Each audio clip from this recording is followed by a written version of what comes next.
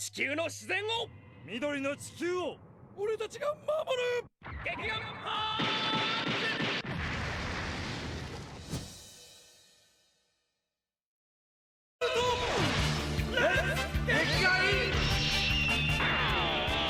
In 1972, Messenger Z kicked off the super robot anime boom of the 70s, a genre that would become one of the main pillars of anime as a whole. Many shows followed in Messenger's footsteps, including notable titles like UFO Robo Grandizer, Jetter Robo, Brave Raideen, Combattler V, and Voltus 5. These shows had a significant impact in Japan's pop culture and set the stage for other phenomena that would follow, like Mobile Suit Gundam. Gekiganger 3 is a celebration and love letter to this era of anime history. Through a collection of scenes from a fictional TV series and a movie, Gekiganger recreates the moments, characters, visuals, sound effects, and music that defined the 1970s super robot genre in a very condensed presentation. In this video, I wanted to take a closer look at some of the ways in which Gekiganger does this. Okay, so first, what is Gekiganger 3 and what is its story?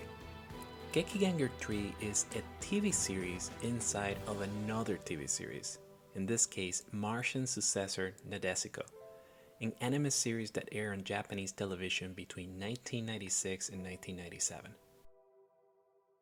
Gekiganger 3 is a show that the Nadesico's crew watches in between battles and character situations, and it's often used to help drive the plot or a situation within the Nadesico series.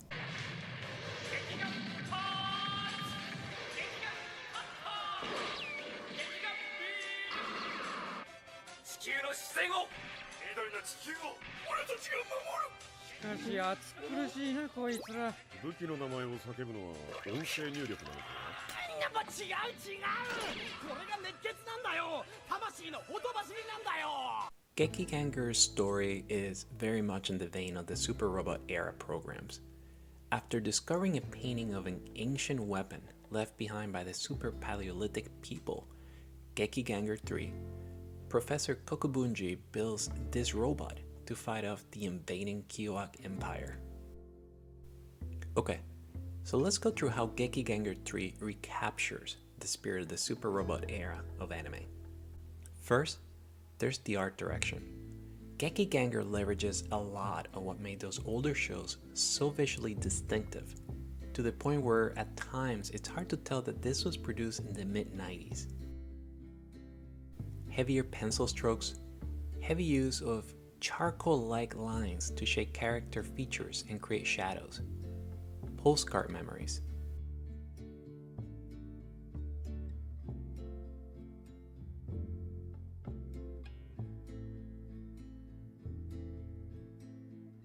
Sequences that are angled to match iconic moments from series like Messenger Z and Jetter Robo. And character designs that are meant to evoke those of character archetypes from these older shows. The music, songs, and sound effects of Gekiganger are also designed to evoke the Super Robot shows. In the song department, it goes beyond imitating and actually delivers a catchy and heroic theme song that could easily have been original to this era.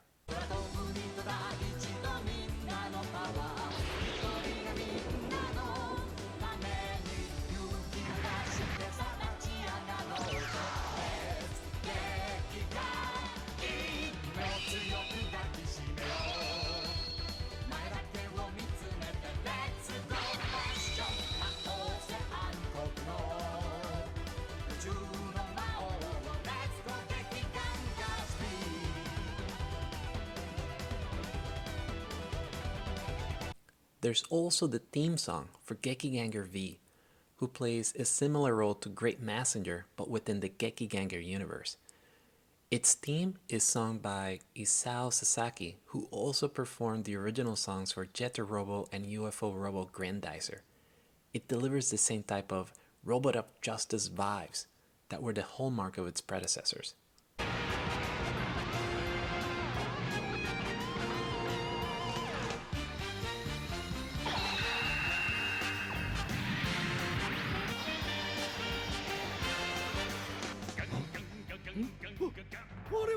新たな力激ガンガー V じゃ激ガンガー V 新しい激ガンガーか待たせたなさあ行くぜ今日クラッ今だ And finally, there are the many recreations of iconic scenes and moments from multiple Super Robot series. Gekiganger 3 is filled with many obvious and subtle nods to these programs that essentially compresses hundreds of episodes into a very condensed presentation of what made these shows unique to their era. It starts with Gekiganger 3 itself, which is a reference to the Jeter Robo series.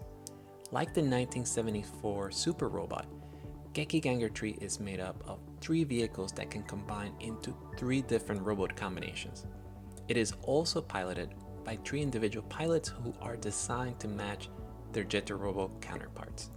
Like Messenger Z, Gekiganger 3 also uses a special one-of-a-kind metal, Gekigang Super Alloy, and it also has a version of Messenger's Rocket Punch, Gekiga Punch. Its main pilot is named Ken Tenku. This is a reference to Voltus 5's Tenku Ken, Sword of Heaven.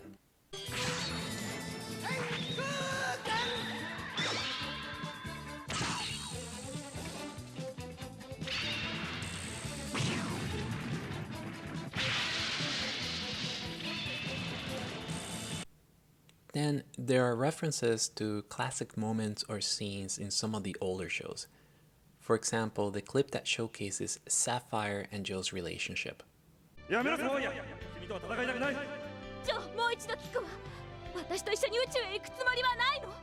俺は地球人だいいぞサファイアさあ激ガンガーにとどめを刺せダメ、私にはできないサファイアジョー、生きて地球のため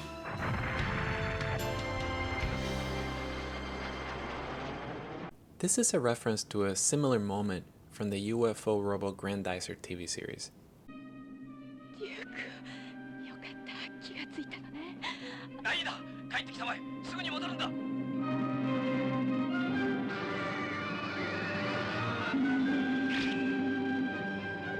ライダーやめろやめるんだやめろ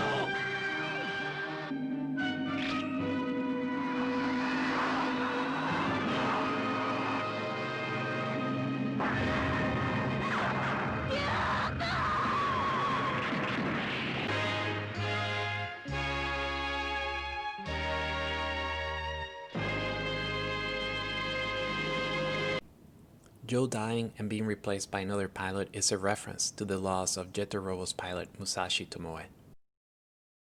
Aquamarine, a member of the Kiwak Empire, sacrificing herself for Ken. We can see a similar moment to this in Grandizer.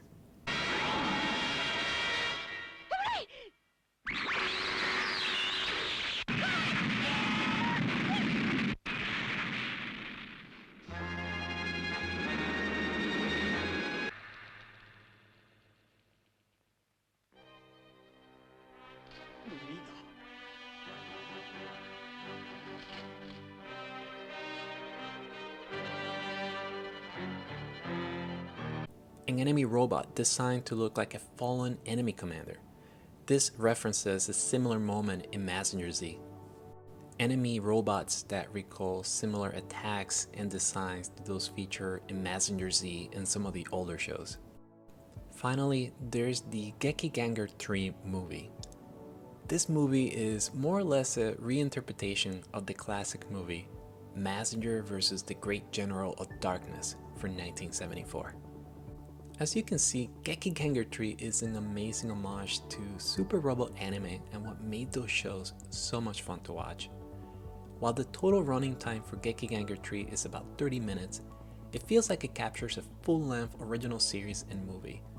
Walking away from it, it feels like lost media that will someday be found hiding in the back of an old anime studio's warehouse. Whether you're looking to experience what the super robot era of anime was all about, or just looking for a hero of justice story to watch, Gekiganger 3 is a great anime experience. しかしジョー、お前の体がジョー、俺のことなど構うな。こいつらを放っておいたら東京は壊滅だ。やるんだケン。ケン、激ガンフレアだ。